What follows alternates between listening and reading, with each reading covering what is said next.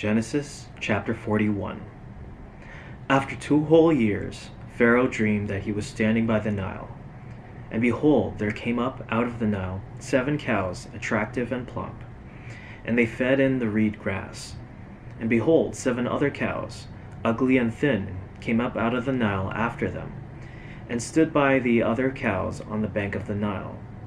And the ugly thin cows ate up the 7 attractive plump cows.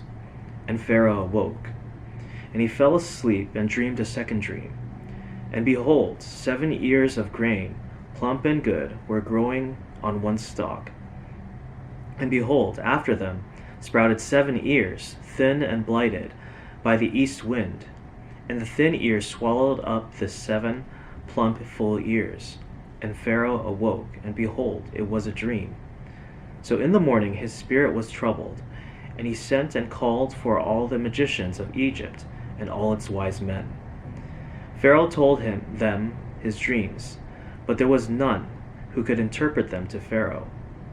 Then the chief cupbearer said to Pharaoh, I remember my offenses today, when Pharaoh was angry with his servants and put me and the chief baker in custody in the house of the captain of the guard. We dreamed on the same night, he and I, each having a dream with its own interpretation. A young Hebrew was there with us, a servant of the captain of the guard.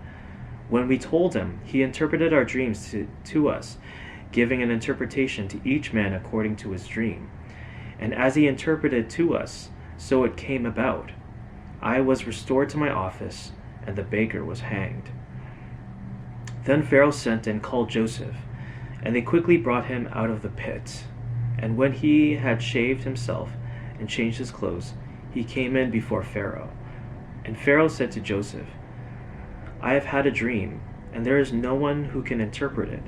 I have heard it said of you that when you hear a dream, you can interpret it. Joseph answered Pharaoh, It is not in me. God will give Pharaoh a favorable answer. Then Pharaoh said to Joseph, Behold, in my dream, I was standing on the banks of the Nile. 7 cows, plump and attractive, came up out of the Nile and fed in the reed grass. 7 other cows came up after them, poor and very ugly and thin, such as I have never seen in all the land of Egypt. And the thin, ugly cows ate up the first 7 plump cows. But when they had eaten them, no one would have known that they had eaten them, for they were still as ugly as at the beginning. Then I awoke. I also saw in my dream 7 ears growing on one stalk, full and good. 7 ears withered, thin and blighted by the east wind sprouted after them. And the thin ears swallowed up the 7 good ears. And I told it to the magicians, but there was no one who would explain it to me. Then Joseph said to Pharaoh, The dreams of Pharaoh are one. God has revealed to Pharaoh what he is about to do. The 7 good cows are 7 years, and the 7 good ears are 7 ears. The dreams are one. The 7 lean and ugly cows that came up after them are 7 years, and the 7 empty ears, blighted by the east wind, are also 7 years of famine. It is as I told Pharaoh. God has shown to Pharaoh what he is about to do. There will come 7 years of great plenty throughout all the land of Egypt. But after them there will arise 7 years of famine, and all the plenty will be forgotten in the land of Egypt. The famine will consume the land, and the plenty will be unknown in the land by reason of the famine that will follow, for it will be very severe. And the doubling of Pharaoh's dream means that the thing is fixed by God, and God will shortly bring it about. Now therefore let Pharaoh select a discerning and wise man, and set him over the land of Egypt.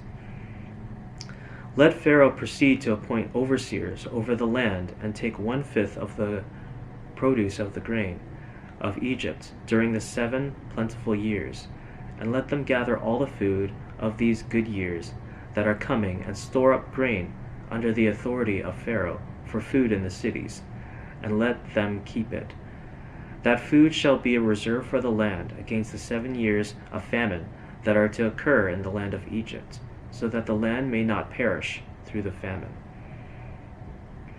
This proposal pleased Pharaoh and all his servants. And Pharaoh said to his servants, "Can we find a man like this, in whom is the Spirit of God?" Then Pharaoh said to Joseph, "Since God has shown you all this, there is none so discerning and wise as you are.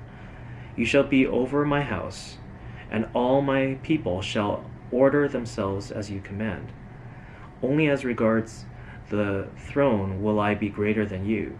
And Pharaoh said to Joseph, "See, I have set you over all the land of Egypt." Then Pharaoh took his signet ring from his hand and put it in Joseph's hand, and clothed him in garments of fine linen, and put a gold chain around his neck. And he made him ride in a second chariot. And they called out before him, "Bow the knee." Thus he set him over all the land of Egypt. Moreover, Pharaoh said to Joseph, "I am Pharaoh, and without your consent no one shall lift up hand or foot in all the land of Egypt." And Pharaoh called Joseph's name Zaphenath-Paneah, and he gave him in marriage Asenath, the daughter of Photiphera, priest of On. So Joseph went out over the land of Egypt. Joseph was 30 years old when he entered the service of Pharaoh, king of Egypt. And Joseph went out from the presence of Pharaoh, and went through all the land of Egypt. During the 7 plentiful years, the earth produced abundantly, and he gathered up all the food of these 7 years, which occurred in the land of Egypt, and put the food in the cities. He put in every city the food from the fields around it. And Joseph stored up grain in great abundance, like the sand of the sea, until he ceased to measure it, for it could not be measured. Before the year of famine came, 2 sons were born to Joseph. Asenath, the daughter of Photiphera, priest of On, bore them to him. Joseph called the name of the firstborn Manasseh, for, he said, "God has made me forget all my hardship and all my father's house." The name of the second he called Ephraim, for God has made me fruitful in the land of my affliction. The 7 years of plenty that occurred in the land of Egypt came to an end, and the 7 years of famine began to come. As Joseph had said, there was famine in all the lands, but in all the land of Egypt there was bread.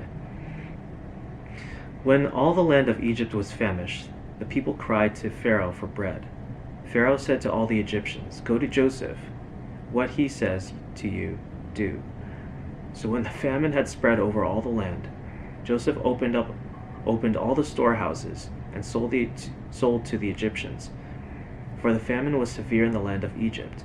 Moreover, all the earth came to Egypt, to Joseph, to buy grain, because the famine was severe over all the earth. Chapter 42. When Jacob learned that there was grain for sale in Egypt, he said to his sons, "Why do you look at one another?" And he said, "Behold, I have heard that there is grain for sale in Egypt. Go down and buy grain for us there, that we may live and not die." So 10 of Joseph's brothers went down to buy grain in Egypt. But Jacob did not send Benjamin, Joseph's brother, with his brothers, for he feared that harm might happen to him.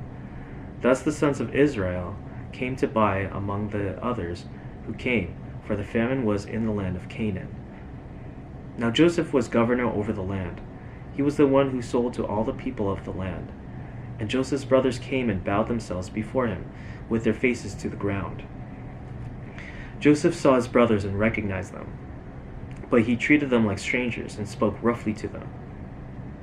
"Where do you come from?" he said. And they said, "From the land of Canaan to buy food." And Joseph recognized his brothers, but they did not recognize him. And Joseph remembered the dreams that he had dreamed of them. And he said to them, "You are spies. You have come to see the nakedness of the land." They said to him, "No, my lord, your servants have come to buy food. We are all sons of one man. We are honest men. Your servants have never been spies." He said to them, "No, it is the nakedness of the land that you have come to see." And they said, "We, your servants, are 12 brothers, the sons of one man in the land of Canaan. And behold, the youngest is this day with our father, and one is no more. But Joseph said to them, It is as I said to you, you are spies. By this you shall be tested. By the life of Pharaoh, you shall not go from this place unless your youngest brother comes here.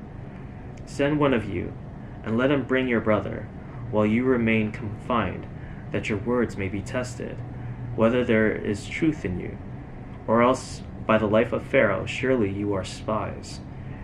And he put them all together in custody for 3 days. On the 3rd day, Joseph said to them, Do this and you will live, for I fear God. If you are honest men, let one of your brothers remain confined where you are in custody, and let the rest go and carry grain for the famine of your households, and bring your youngest brother to me. So your words will be verified, and you shall not die. And they did so. Then they said to one another, In truth we are guilty concerning our brother, in that we saw the distress of his soul, when he begged us, and we did not listen. That is why this distress has come upon us. And Reuben answered them, Did I not tell you not to sin against the boy? But you did not listen, so now there comes a reckoning for his blood. They did not know that Joseph understood them, for there was an interpreter between them. Then he turned away from them and wept. And he returned to them and spoke to them. And he took Simeon from them and bound him before their eyes. And Joseph gave orders to fill their bags with grain, and to replace every man's money in his sack, and to give them provisions for the journey. This was done for them. Then they loaded their donkeys with their grain and departed. And as one of them opened his sack to give his donkey fodder at the lodging place, he saw his money in the mouth of his sack. He said to his brothers, My money has been put back. Here it is in the mouth of my sack. At this their hearts failed them, and they turned trembling to one another, saying, What is this that God has done to us? When they came to Jacob their father in the land of Canaan, they told him all that had happened to them, saying, The man the Lord of the land spoke roughly to us, and took us to be spies of the land. But we said to him, We are honest men. We have never been spies. We are 12 brothers, sons of our father. One is no more, and the youngest is this day with our father in the land of Canaan. Then the man, the Lord of the land, said to us, By this I shall know that you are honest men. Leave one of your brothers with me, and take grain for the famine of your households, and go your way. Bring your youngest brother to me. Then I shall know that you are not spies, but honest men. And I will deliver your brother to you, and you shall trade in the land. As they emptied their sacks, behold, every man's bundle of money was in his sack. And when they and their father saw their bundles of money, they were afraid. And Jacob their father said to them, You have bereaved me of my children. Joseph is no more, and Simeon is no more. And now you would take Benjamin. All this has come against me. Then Reuben said to his father, Kill my 2 sons if I do not bring him back to you. Put him in my hands, and I will bring him back to you. But he said, My son shall not go down with you, for his brother is dead, and he is the only one left. If harm should happen to him on the journey that you are to make, you would bring down my gray hairs with sorrow to Sheol.